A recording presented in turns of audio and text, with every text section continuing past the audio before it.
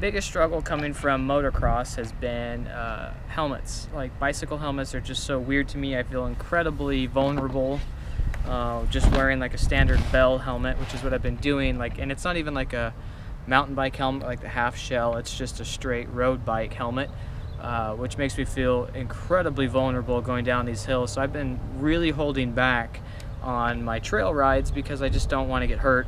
So I've been wanting to try out this helmet, and I finally got a chance to try it on at the local bike shop. Unfortunately, their prices were just too much. It was like $270 at a local retail. So I went on to Amazon, found it on Amazon for $200, and of course, you know, talking a lot of money for a bicycle helmet. So went that route. This is what we got.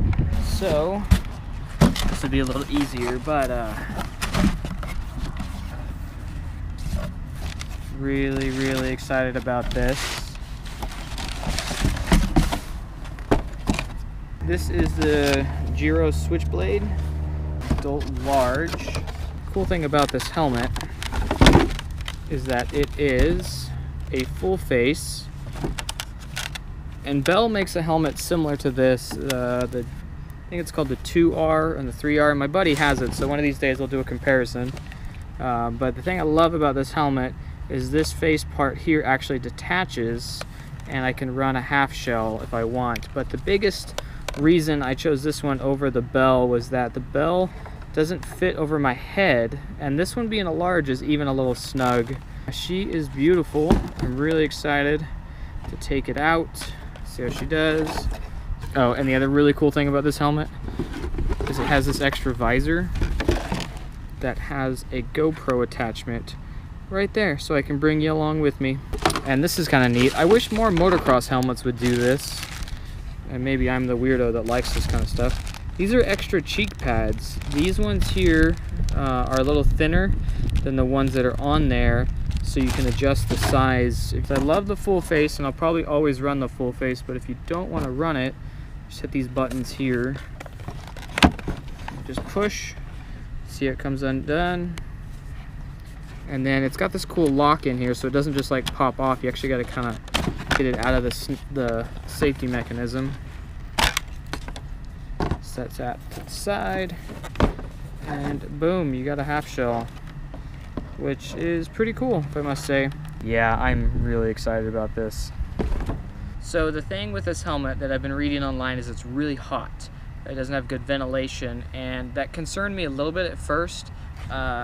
But frankly, I've been riding with my motocross helmet, which, to be honest, makes me feel a bit like a dweeb or a squid on the trails, but it's what I'm comfortable with, so that's what I was going with. The reason why I was wearing it was mostly I would only wear it on the downhill so I could feel comfortable going fast, and two, I have a chin mount for my GoPro, so I really love that angle.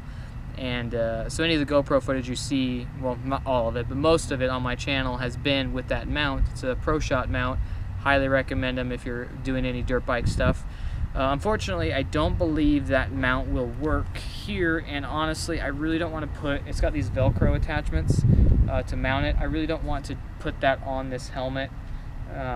So I might see if I can come up with another way to rig it here, but I have a feeling that this visor mount is going to give a very similar view as that chin mount, so I don't plan on doing that until I get a couple tests in with that visor mount. So we'll start there, see how it goes. There's two trails that I've really been wanting to hit, but I've been waiting until I get a full face helmet to hit them, and then I can give a little better review of how hot the helmet is versus what I've been wearing with the motocross helmet and then my Bell bicycle helmet. Obviously the Bell helmet's going to breathe more because it's nothing, it's just a half shell, and it's more for road riding than it is for downhill. This is the start of a new adventure for me. I will probably get back into dirt biking next year, but I wanted to give mountain biking a full year of my attention and really just jump in with both feet and see what I think of it. So, and plus Boise, we have so many great trails so close to town that it's hard to not want to enjoy it and check it out. So, I mean, I have from my house, I think it's like a 20-minute drive to like 4 or 5 possible trailheads that are pretty good. So I'm very spoiled and very lucky in this area. So anyway, that's that. I hope you'll stick around and check out these trails with me here in the Boise Valley.